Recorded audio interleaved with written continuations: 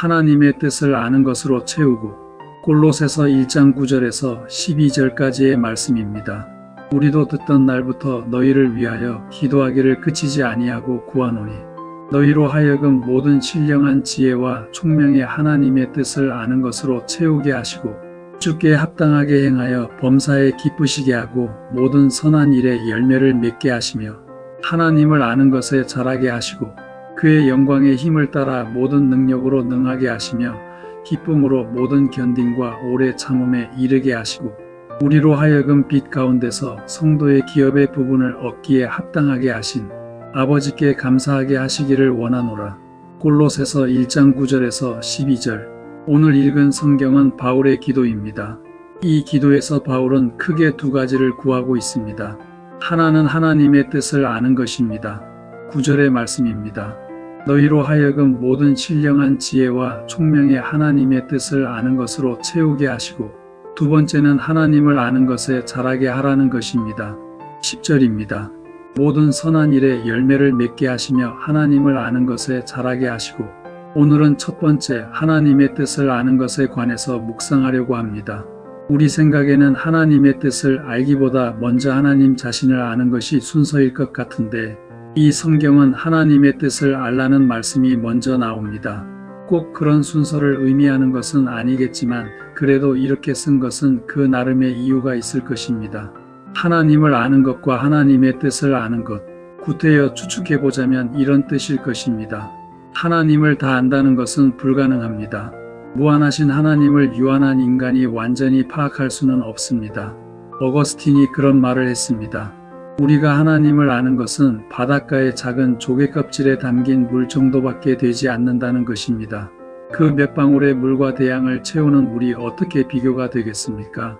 우리는 오직 하나님께서 자신을 알려주신 만큼만 하나님을 알 수 있을 뿐입니다. 그 지식마저도 추상적인 정보를 쌓는 것이 아닙니다.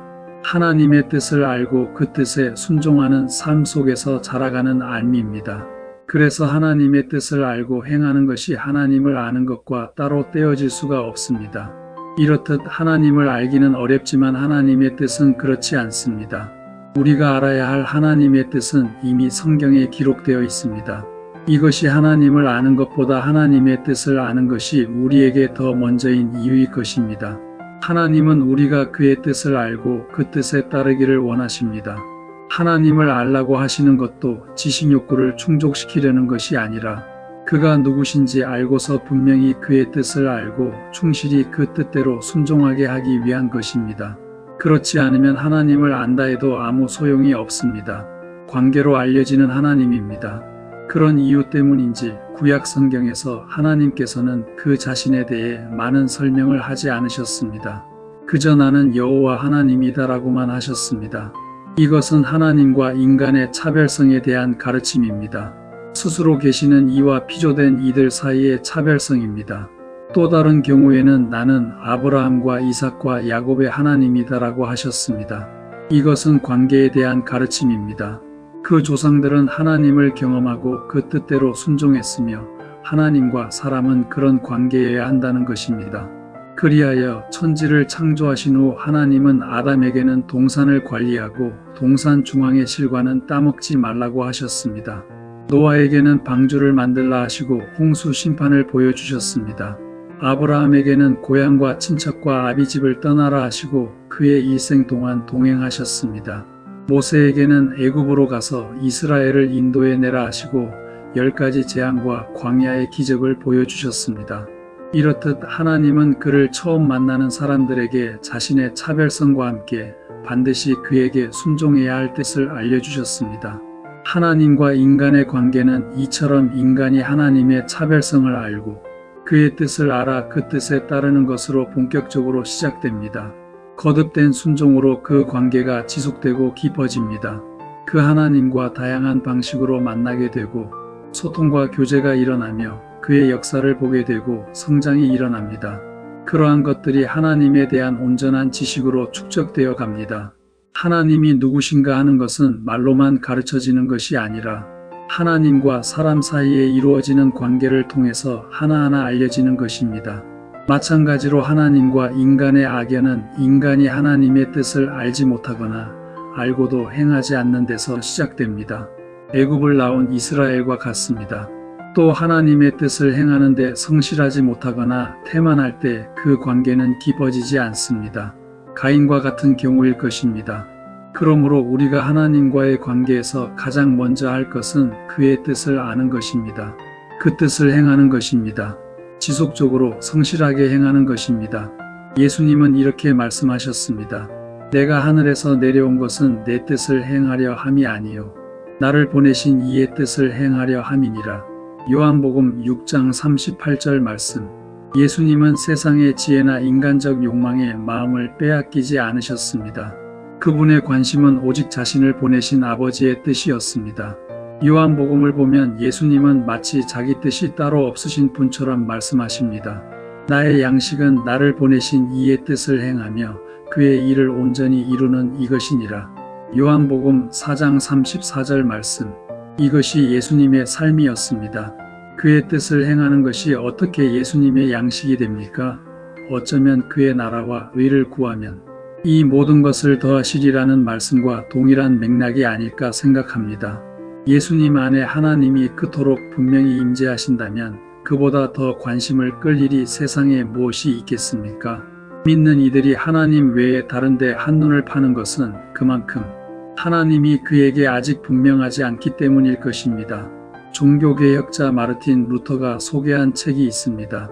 독일신학이라는 책인데 무명의 수도사가 쓴 짧은 글입니다. 루터는 이 책에 이렇게 말할 정도였습니다. 여기에 우리가 묻는 모든 질문과 만나는 모든 문제에 대한 해답이 있다고. 루터는 이 글을 통해 종교개혁의 힘을 얻게 됩니다. 그 무명의 수도사는 이런 말을 했습니다. 우리가 감각으로 아는 모든 것을 내려놓고 이성으로 알게 되는 모든 것도 내려놓으면 우리는 그리스도와 하나가 되며 영혼의 신비를 매일 미리 맛볼 수 있다는 것입니다. 하나님의 뜻을 행하기 위해서는 우리의 감각과 이성, 세상의 욕망과 지혜에 끌려가지 않고 하나님께 집중하는 훈련이 필요하다는 것입니다. 예수님은 그것을 삶으로 사신 분이었습니다. 예수님은 이 문제를 위해 기도하라고도 하셨습니다. 우리가 잘 아는 주기도문입니다. 아버지의 뜻이 하늘에서와 같이 땅에서도 이루어지게 하소서. 그리고 심지어 천국에 들어갈 자도 하나님의 뜻을 행하는 자라고 하셨습니다. 마태복음 7장 21절입니다. 나더러 주여 주여 하는 자마다 다 천국에 들어갈 것이 아니요 다만 하늘에 계신 내 아버지의 뜻대로 행하는 자라야 들어가리라. 마태복음 7장 21절 말씀. 예수님을 주님이라고 부르는 것은 관계에 대한 고백입니다.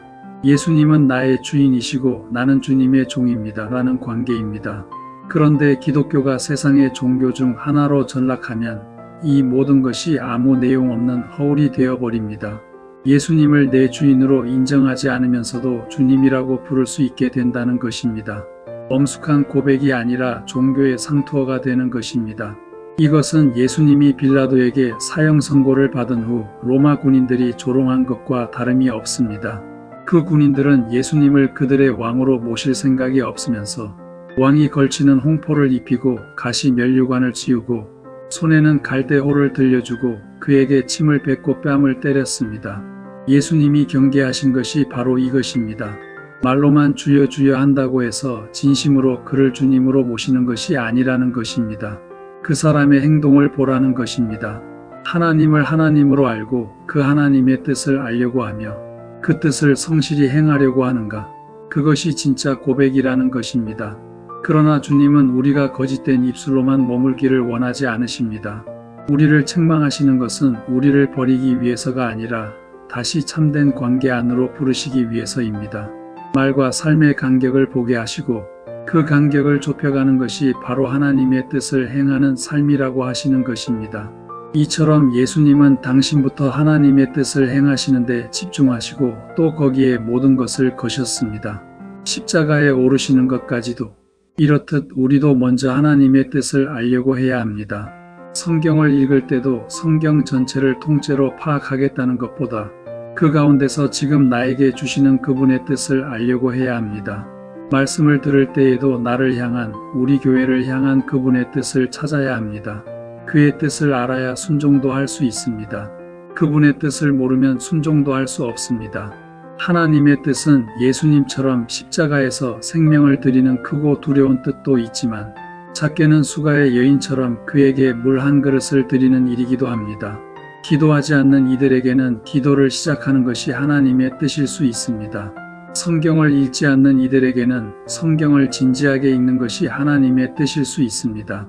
예배를 등한히 하는 이들에게는 예배 가운데 하나님을 만나기를 갈망하는 것이 하나님의 뜻일 수 있습니다. 그렇게 나를 향하신 그의 뜻을 찾아 알고 행하는 삶, 그것이 바울의 기도입니다. 주께 합당하게 행하며 선한 열매를 맺고 하나님을 아는 것에 자라가는 삶입니다. 하나님의 뜻을 알고 순종할 때 우리는 하나님을 더 깊이 알게 됩니다. 이것이 골로새서 1장이 우리에게 바라는 것입니다. 이처럼 나를 향하신 그분의 뜻이 무엇인지 찾아 알고 그것을 행하는 저와 여러분 모두가 되기를 주님의 이름으로 축원합니다.